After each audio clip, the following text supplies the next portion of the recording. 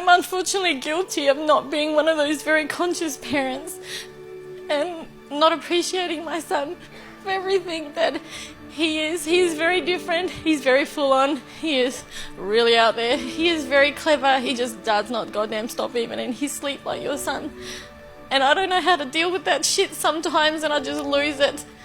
And we were talking last night about how we speak to our son. And I know I'm not a bad mum. I know that I only did what I knew then. Yeah. How old's your son? He's 8. Beautiful. Do you know the best thing about this scenario right now? What? Do you know when a child's brain becomes fully developed? When they're about 10. No, 28. Oh, 20, oh thank God, I could fix it. Yeah, you can. But here's what we need to understand as parents. Kids are loud, they're messy, they're all over the place, they're intense, and that's how kids are supposed to be. Kids aren't supposed to be well behaved.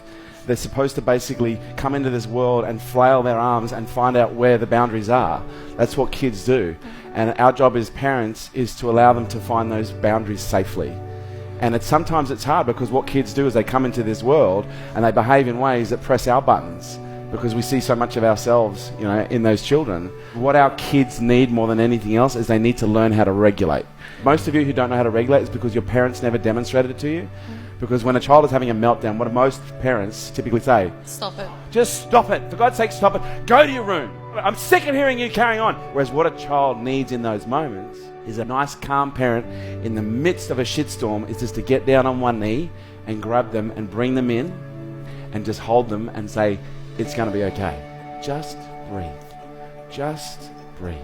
A child can feel the quality of your presence. And if you're just being with a child, but you're not present with a child, they will literally behave in all sorts of abstract ways because all they want is to feel your presence. Because every time you get pissed off, they may not get the form of presence that they want, but they get the energy. They get the connection. It might be a fit of rage, it creates more pain, but there's a part of them that goes, oh, finally, I'm connected.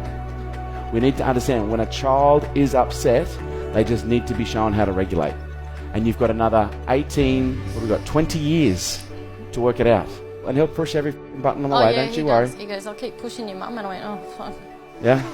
But that's their job. Their job is to make us strong, okay? Their job is to teach us. They're the greatest teachers you've ever had. Thank you. Thank you for sharing. 1, 2, 3. Honestly, this is my legacy. And there would be no greater gesture that you can do than to hand this down to the next generation. Show your kids how to regulate and demonstrate to them what calm looks like in the midst of a storm. But I do think parents need to understand the responsibility that is involved with bringing up a child. You've got to ask yourself the question, what kind of a world are we trying to create here? The more you work on your personal issues, the less chance you have of transferring it onto them, and them having to deal with it. Pass down wisdom, not wounds.